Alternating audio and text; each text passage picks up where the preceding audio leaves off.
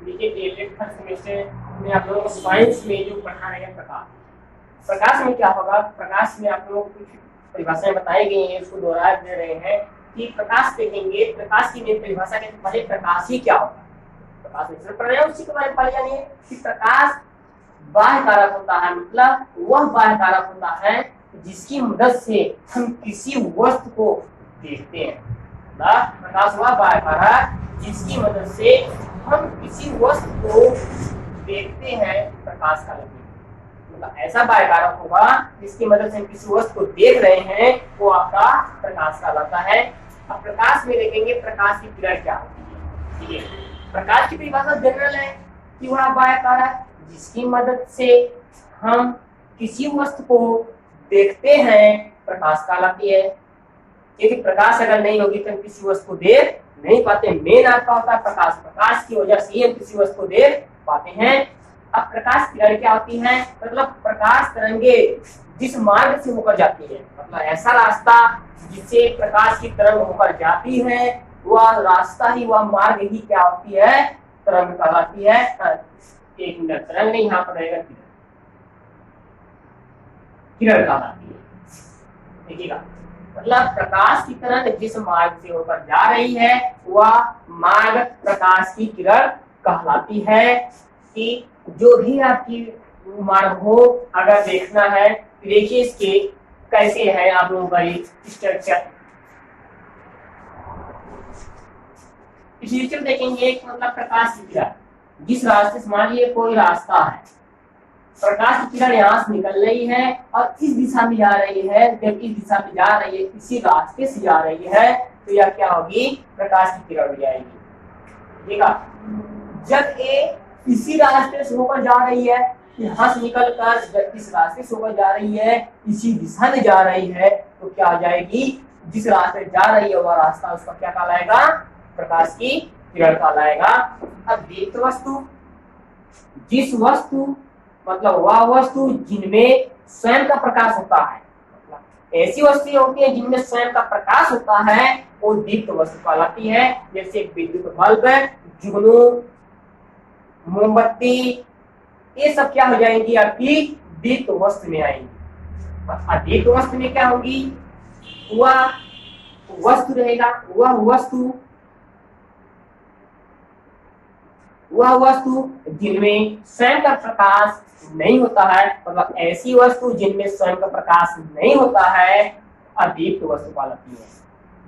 तो जिनमें स्वयं का प्रकाश, जो दूसरे प्रकाश की मदद से चमकती है, वो क्या कहलाती हैं, अदीप्त वस्तु कहलाती है। जैसे लोहा, ईंट, मिट्टी, ये सब क्या हो जाएंगी, अदीप्त में आ जाएंगी। अब देख लीजिए प्रकाश, आगे देखिए क्या होता है इसी में।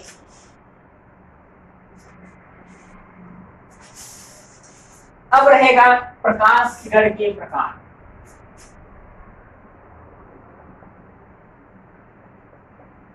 ये प्रकार, इसमें देखेंगे प्रकाश किरण के प्रकार में, तो किरण यहाँ पर हो जाएगी। अब देखिए एक किरण जो होगी मुख्यतः 3 प्रकार की पाई जाएंगी। किरण जो होगी मुख्य रूप से 3 प्रकार की होंगी। एक आपका होगा समांतर किरण, ये हो जाएगी अपसारी किरण, ये आपकी हो जाएगी अभिसारी किरण।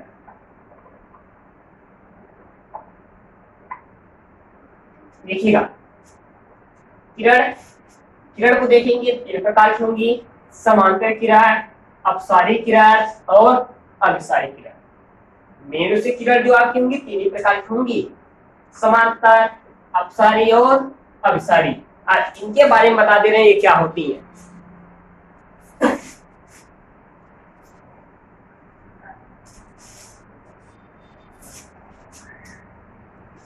जैसे आप लोगों के पास समांतर किरण,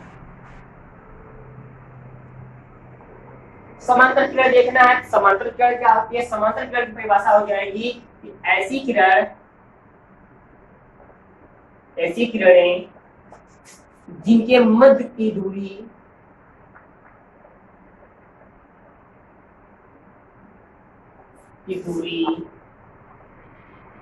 सदैव समान हो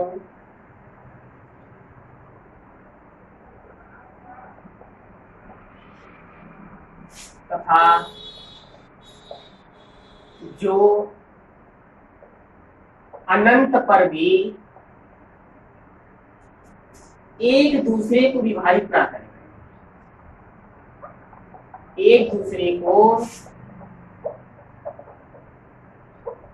विभाजित ना करें,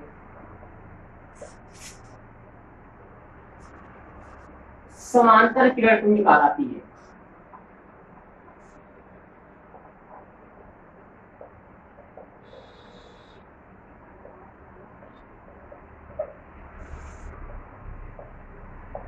देखिएगा, मतलब समांतर किरण में क्या हो जाएगी, ऐसी किरणें जिनके मध्य की दूरी सदैव बराबर हो तथा जो अनंत पर भी एक दूसरे को विभाजित ना करें, मतलब एक दूसरे को काटे ना, तो समांतर किरण पुंज कहलाती है।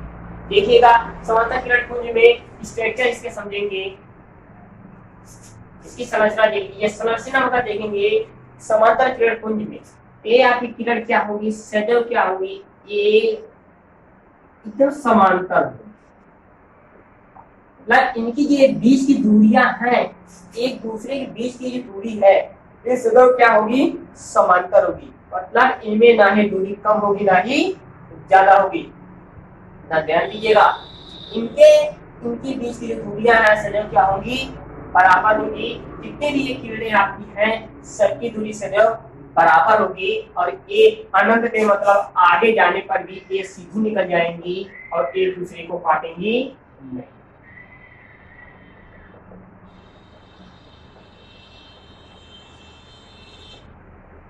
ध्यान दीजिएगा, मतलब ये किरणें हैं अनंत पर भी जाएंगी तभी इनकी दूरी उतनी ही रहेगी जितनी पहले है, ना ही दूरी कम होगी ना ही ज्यादा होगी और ये एक दूसरे को कहीं पर भी नहीं काटेंगी, इतना ध्यान दीजिएगा।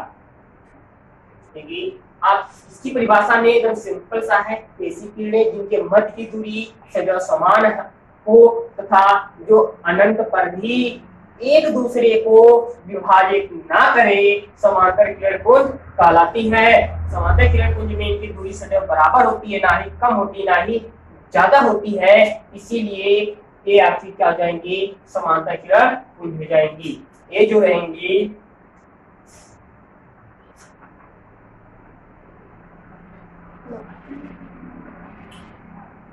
पुंज, जो भी ये है आपकी टोटल इस समांतर किरण पुंज, ध्यान दीजिए, जो भी ये किरणें हैं एक समांतर किरण पुंज है।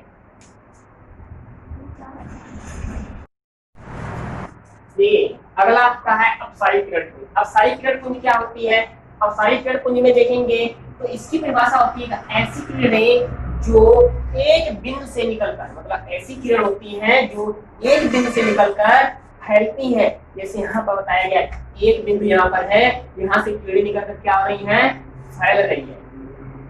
एक बिंदु से निकलकर किरणें फैल रही हैं तो क्या कहलाएंगी, अपसारी किरण पुंज कहलाती है। ध्यान दीजिएगा, ऐसी किरणें जो एक बिंदु से निकलकर फैलती हैं अपसारी किरण पुंज कहलाती है।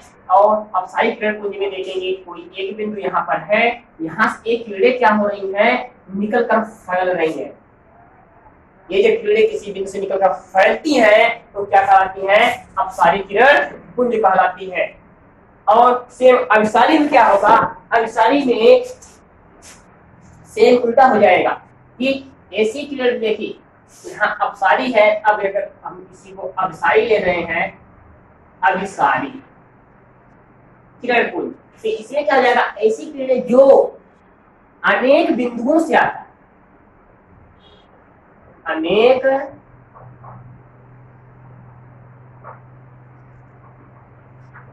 बिंदुओं से आकर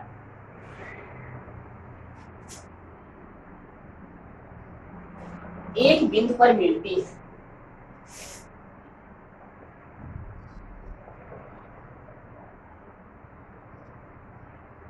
पर मिलती हुई प्रतीत होती है।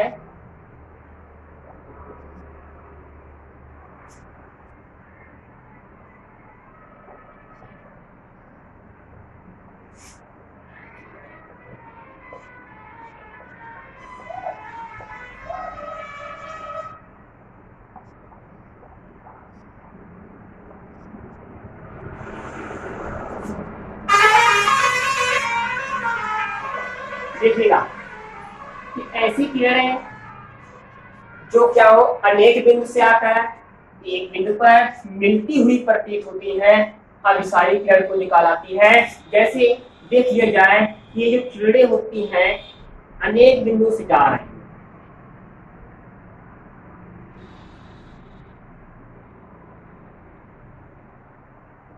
और जाकर कहाँ मिल रही है, एक ही जगह, मतलब अनेक जगहों से जाकर एक जगह पर मिल रही है, तो क्या कहलाएंगे ये अभिसारी किरण पुंज कहलाएंगे।